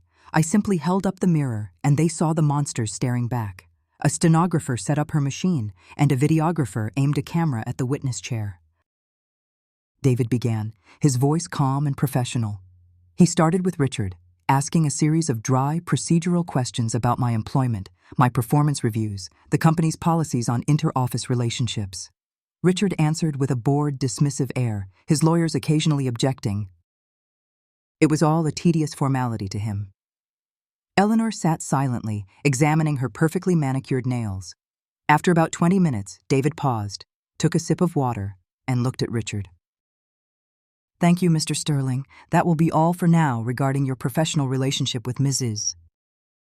Rosewood." He shifted the papers in front of him. "I'd now like to discuss a more personal project. A project known by the codename Project Air." The change in the room was instantaneous. Richard's face went blank with confusion. Across the table, Eleanor's head snapped up, her eyes for the first time locking on David. One of her lawyers started to object. "Your Honor, this is irrelevant. We have no knowledge of any such—" "I assure you it is directly relevant to my client's ordeal," David said smoothly, his eyes never leaving Eleanor's. He reached into his briefcase and pulled out a file. It was a copy of the PI's dossier. He slid it across the polished table until it stopped directly in front of Eleanor. "Perhaps this will refresh your memory, Mrs. Sterling. It's a vulnerability assessment of my client, commissioned and paid for by you, 6 months before she ever set foot in your husband's company." Eleanor stared at the file as if it were a live snake. Her composure, for the first time, flickered. Her lawyer frantically whispered in her ear, but she didn't seem to hear him. "And then there are the emails," David continued, his voice as calm and steady as a surgeon's scalpel. He began to read. He read the email green-lighting my acquisition. He read the email ordering Richard to be briefed on the necessary approach. He read the email instructing the PI to move forward with Phase 3, insemination. With each word, the color drained from Richard's face. He was looking back and forth between the file, David, and his wife, a dawning, sputtering horror in his eyes. He was a man watching his own reality being dismantled before him. He wasn't the predator. He wasn't the one in control. He was an instrument, a function, a well-dressed errand boy sent to perform a task for his wife's monstrous dynastic ambition. The smug contempt on his face dissolved into a slack-jawed, humiliating understanding. David saved the final email for last. "And finally," he said, his eyes now fixed on Eleanor, "an email from you, Mrs. Sterling, sent the day after my client was fired. The asset is secured. Now we begin the process of discrediting the vessel. The narrative must be that she is mentally unstable and an unfit mother. This is essential for the final phase, acquisition of the asset. Spare no expense." Silence. The only sound in the room was the quiet tapping of the stenographer's keys. Richard made a strange, strangled noise, half gasp, half groan. He stared at his wife, not with anger, but with the terrified, uncomprehending look of a man who realizes he's been sleeping next to a creature from another species. And Eleanor, her mask of serene, elegant perfection, finally, irrevocably shattered. Her face, which had been a study in practiced composure, contorted for a split second into a mask of pure, venomous rage. It was the impotent fury of a god whose spells have suddenly stopped working. Her eyes, those pale blue skies, were now black with storms. The mask snapped back into place, but the crack had been seen. The monster had been revealed. She leaned forward, her voice a low, threatening hiss directed at her own lawyers. "End this. Now." "I'm afraid we can't do that," David said calmly. He leaned back in his chair. "My client's initial suit for wrongful termination and harassment still stands, of course. However, we now have in our possession clear, documented evidence of a multi-year conspiracy involving, let's see, human trafficking, medical fraud, conspiracy to commit custodial kidnapping, and a host of other felonies. These, as you know, are criminal matters." He gestured to the file on the table. "We are fully prepared to turn this entire file, along with my client's testimony, over to the district attorney's office and the press. We'll let you decide which would be worse for the Sterling brand." He looked at his watch. "You have 24 hours to make us a settlement offer that convinces us not to, an offer that will secure my client and her child for the rest of their lives." He stood up. "This deposition is over." He clicked his pen and placed it in his pocket. Then he looked at me and nodded towards the door. I stood up slowly, my chair making a soft scraping noise in the dead silence. I looked at Richard, a broken, humiliated shell of a man. Then I looked at Eleanor, who was staring at me with a look of hatred so pure it was almost beautiful. She was the puppet master, and I, her creation, had cut my own strings. I didn't say a word. I just let her look at me, at the child growing safely inside me, the living, breathing proof of her failure. Then I turned and walked out of the room, leaving them to the wreckage. The 24 hours that followed the deposition were the quietest of the entire war. There were no threats, no emails, no phone calls. It was the unnerving silence of an army in full panicked retreat. David told me to be patient. They aren't just deciding what to offer you, he had said back at Martha's house. They're deciding which parts of their empire to sacrifice to save the rest. The call came not in 24 hours, but in 23. It was from their lead counsel to David. The arrogance was gone, replaced by a clipped, funereal tone. They wanted to negotiate. They offered me the world to stay silent, all the money I could ever want. But I didn't want their world. I wanted to build my own. The negotiations were swift and brutally one-sided. David was magnificent. He didn't just ask for money, he dismantled their future relationship with the child they had tried to create. An ironclad, irrevocable trust was established for my unborn child, so vast that she and her children would never have to worry about money a day in their lives. A portfolio of properties was transferred into a blind trust under my name, providing me with a lifetime of security. And finally, the most important clause, a permanent, legally binding order of no contact. No member of the Sterling family, or anyone acting on their behalf, would ever be allowed to approach, contact, or even inquire about me or my child, under penalty of the entire Project Air file being released to the authorities and the public. They were not just paying for my silence. They were paying to be erased from our lives. They signed. They had no choice. We never leaked the file. We didn't have to. The truth has a way of seeping out through the cracks.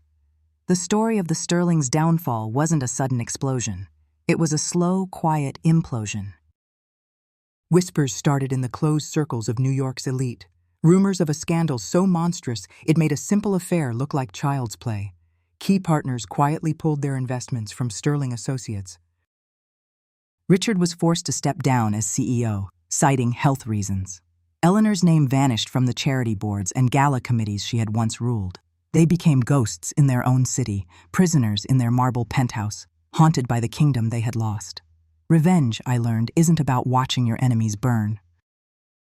It's about walking out of the fire, reborn in the ashes, and never looking back. The ink on the papers dried, and the Sterling's world faded from mine. The years that followed were not about them. They were about me. They were about her. The sunlight is warm on my face. I sit in a comfortable wicker chair on my stone patio, a cool glass of iced tea sweating in my hand. The garden around me is a riot of life, roses climbing a stone wall, lavender buzzing with bees, a towering oak tree providing a dappled shade. This is my garden, at my house, a quiet home in a peaceful valley far from the noise and ambition of New York City. The air here smells of cut grass and damp earth. It is the smell of peace. After my daughter was born, I took the settlement, the reparations, and I built a life. I went back to school, got my master's degree, and finally, my architect's license. I started my own small firm. We don't build skyscrapers for billionaires. We design libraries, community medical centers, and sustainable, affordable housing. We build places that protect people, that give them sanctuary. I built the career I was meant to have, not the one Richard Sterling offered me. A gate clicks open and I look up. A young woman with my eyes and a smile all her own walks into the garden. She is radiant, full of a light that has never been dimmed. "Hi, Mom," she says, her voice bright. "Hello, my Lily," I smile. She is the greatest thing I have ever designed. She knows nothing of the darkness that preceded her.